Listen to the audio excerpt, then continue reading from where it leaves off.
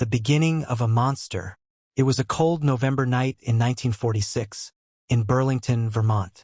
A baby boy was born inside a small hospital for unwed mothers.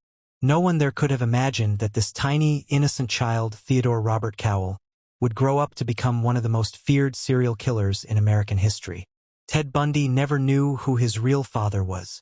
His mother, Eleanor Louise Cowell, was young, ashamed, and terrified of judgment. To hide her pregnancy, she gave birth in secret and later pretended Ted was her little brother, not her son. He grew up believing his grandparents were his parents. From the very start, Ted's life was built on a lie. People who knew him as a child described him as quiet, polite, even charming. But behind his soft smile, something dark was forming, a shadow that would one day consume him. When Ted was just 3 years old, his aunt once woke up in the middle of the night and saw something chilling. Ted had placed knives, real kitchen knives, around her sleeping body. He just stood there, smiling. No one could explain it. Maybe it was just a child's curiosity. Or maybe it was the first glimpse into the mind of a predator. As Ted grew older, he became obsessed with control. He loved to manipulate people to appear perfect, intelligent, trustworthy. By high school, he had already learned how to wear the mask. The friendly, handsome, confident man that everyone liked. But underneath, he was empty. He later admitted that as a teenager, he began sneaking through neighbors' windows to watch women undress. He started collecting pornography, violent, disturbing material. It didn't excite him unless there was pain involved. And then came the heartbreak that changed everything. In college, Ted met a woman named Stephanie Brooks. Beautiful, sophisticated, exactly the kind of woman he always dreamed of. She became his world. But when she broke up with him, saying he lacked direction, something inside Ted snapped. He decided to become the man she wanted, only to later destroy everything that reminded him of her. This was the seed, the moment Ted Bundy began transforming from a broken man into a calculate. The first kill. It was January 1974. Seattle, Washington. Winter air covered the city in silence. But somewhere in that quiet darkness, Ted Bundy was watching. He was 27 years old, a law student, handsome, charming, with a perfect smile. To anyone on the outside, he was the kind of man you'd trust without hesitation.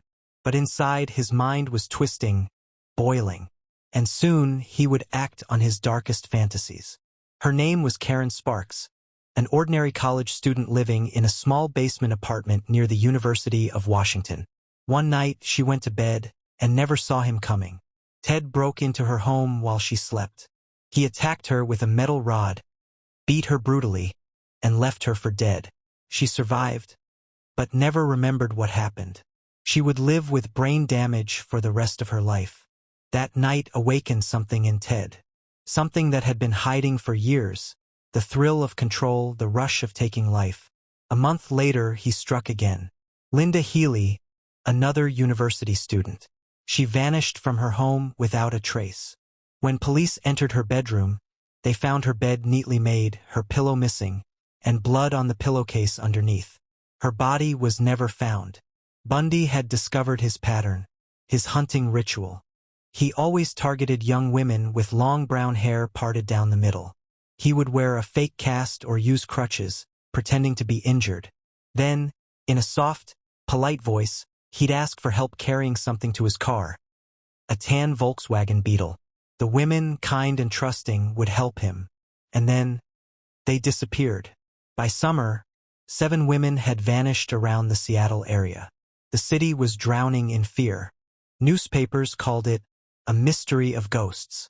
No witnesses, no clues, nothing but names and faces on missing posters.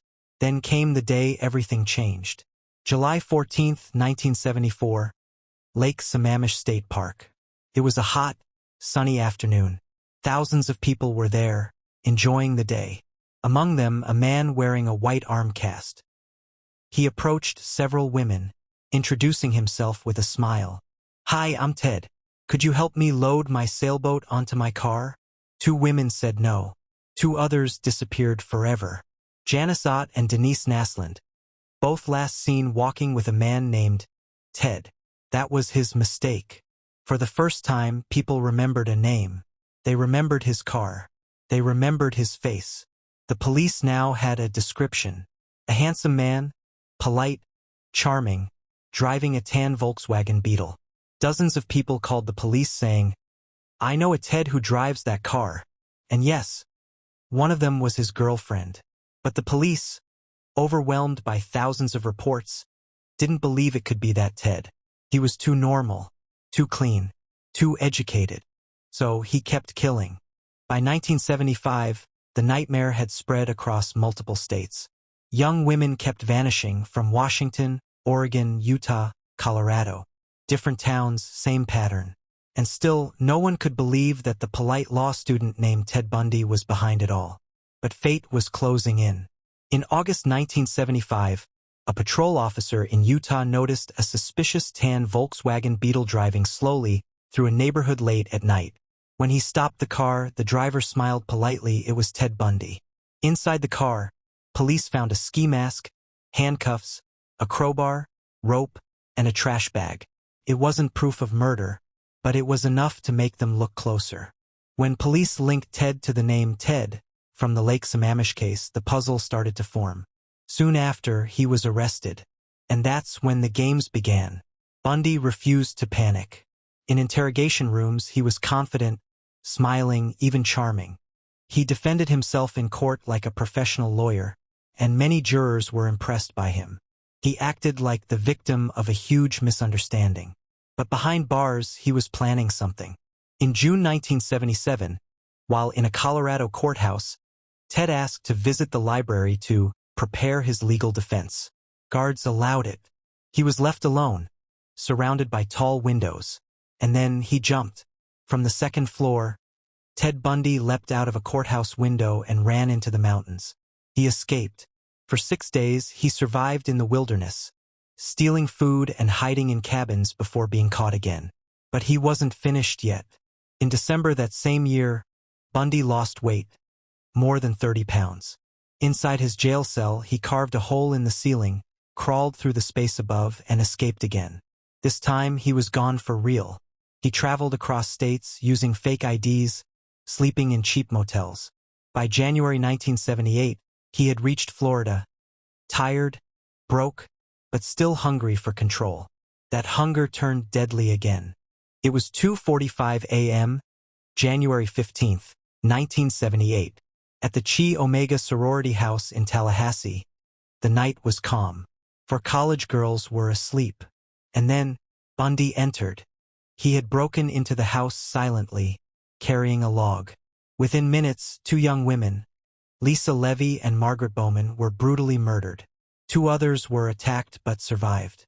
Bundy vanished into the darkness, leaving behind chaos, blood, and silence. He wasn't done. 2 weeks later, he abducted a 12-year-old girl, Kimberly Leach, from her school in Lake City. She never came home. It was the final act of a man who believed he was untouchable. But luck finally ran out. On February 15, 1978, a patrol officer in Pensacola stopped a car for driving without headlights. Inside, the driver gave a fake name, but when the officer ran the plates, they didn't match. The man smiled, exhausted, unshaven, his charm fading. "Who are you?" the officer asked. After a pause, he whispered, "My name's Ted Bundy." The world couldn't look away. Television crews flooded the courtroom. It was America's first televised murder trial, and Ted Bundy loved it. He represented himself, smiled to the cameras, flirted with reporters. He turned his trial into a stage, and he was the star. But behind that smile, the evidence was overwhelming. Bundy's teeth marks matched the wounds on Lisa Levy's body.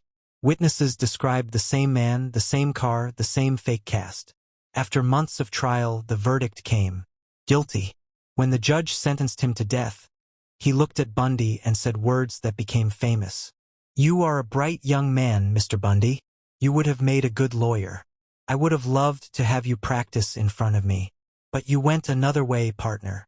Ted just smiled. For nearly 10 years on death row, Bundy gave interviews, confessed to more than 30 murders, though experts believe the real number is far higher.